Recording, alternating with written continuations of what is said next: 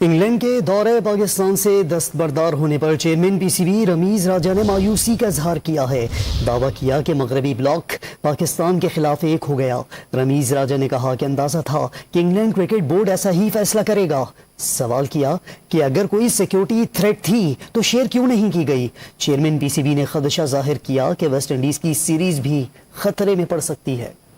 England کے withdrawal سے سخت مایوسی ہوئی، مگر یہ ایکسپیکٹڈ بھی تھا، اس لیے کہ یہ جو ویسٹرن بلاک ہے یہ اکٹھے ہو جاتے ہیں انفارچونیٹلی، اور یہ پھر ایک دوسرے کو بیک کرنے کی کوشش کرتے ہیں۔ سو سیکیورٹی تھریٹ، سیکیورٹی پرسپشن کے اوپر آپ کچھ بھی ڈیسیجن لے سکتے ہیں انفارچونیٹلی۔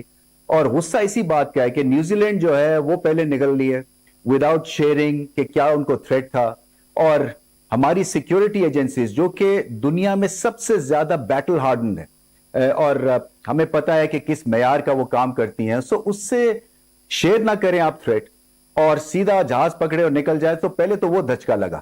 یہ دھچکا جو ہے یہ ایکسپیکٹڈ تھا، اس لیے کہ یہ جو اس طرح کا عمل ہے یہ ویسٹرن بلاک کرتا ہے۔ سو ہمارے لیے سبق بھی ہے، ہم آؤٹ آف دا وے جا کے ان کو اکوموڈیٹ کرتے ہیں، ہم ان کی وشز کو سر آنکھوں پہ رکھتے ہیں، ہم دنیا کے بہترین ہوسٹ ہیں۔